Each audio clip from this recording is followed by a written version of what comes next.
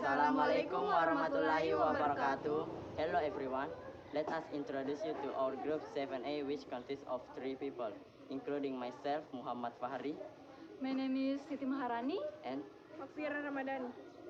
We will teach you about produk perundang-undangan. Menganalisis isi produk perundang-undangan. Setiap produk perundang-undangan di Indonesia dibuat untuk mewujudkan tujuan negara dan tidak berpotensi untuk melakukan tindak pidana korupsi. Adapun isi produk dalam peraturan perundang-undangan harus memenuhi ketentuan-ketentuan sebagai berikut. A.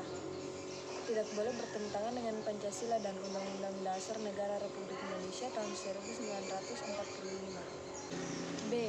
Adanya keharusan dan merujuk pada peraturan perundang-undangan di atasnya. Yang paling penting adalah isi peraturan perundang-undangan. C.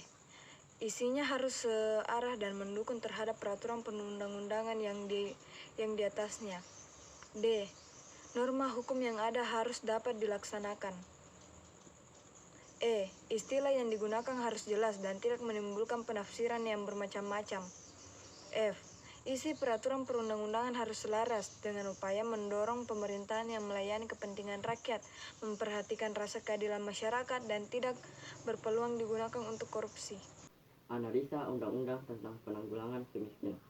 Apabila dirunut mulai dari landasan hukum tertinggi, maka dasar hukum penanggulangan kemiskinan dapat ditemukan dalam pasal 27, 28, 31, 33, dan 34 Undang-Undang Dasar Negara Republik Indonesia tahun 1945. Berikut bunyi pasal-pasal tersebut. A. Pasal 27 ayat 2 berbunyi, tiap-tiap warga negara berhak atas pekerjaan dan penghidupan yang layak bagi kemanusiaan. B. Pasal 28 berbunyi, kemerdekaan berserikat dan berkumpul, mengeluarkan pikiran dengan lisan dan tulisan dan sebagainya ditetapkan dengan undang-undang. C. Pasal 31 ayat 1 berbunyi, tiap-tiap warga negara berhak mendapatkan pendidikan.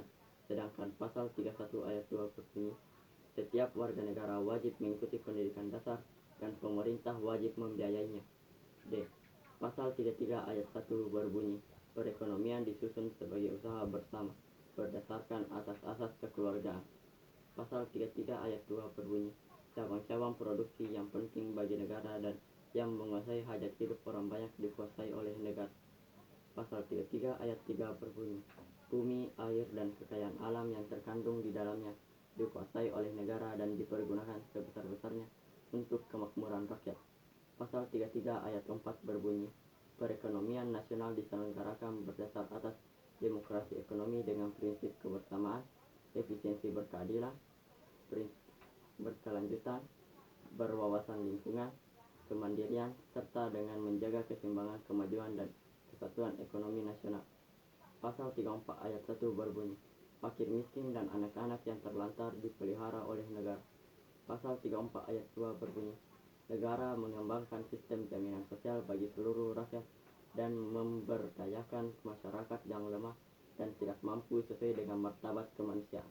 Bagian 3. Analisis Undang-Undang Desa. Desa adalah pembagian wilayah administratif di Indonesia di bawah kecamatan dipimpin oleh kepala desa. Berdasarkan undang-undang tersebut, desa ialah kepada masyarakat umum yang mempunyai batas kawasan dan berhak mengelola dan menjalankan kegiatan pemerintahan. Undang-Undang Nomor 5 Tahun 1979 mengatur tentang pemerintahan desa. Dalam Undang-Undang Nomor 5 Tahun 1979 terdapat pengurangan pengakuan hak wilayah dan hak rekognisisi yang mengakibatkan hilangnya nilai-nilai keberagaman desa di Indonesia berdasarkan asal-usul.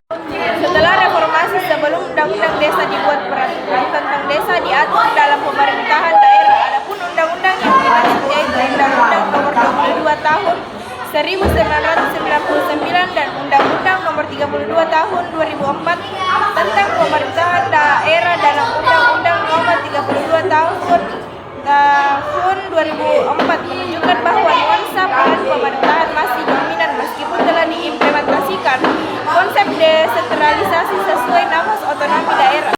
Perbedaan substansi peraturan perundang-undangan tentang desa menurut Undang-Undang Nomor 32 Tahun 2004 dan PP Nomor 72 2005 dengan konsep desa baru menurut Undang-Undang Nomor 6 Tahun 2014 dapat dilihat pada buku LKS masing-masing.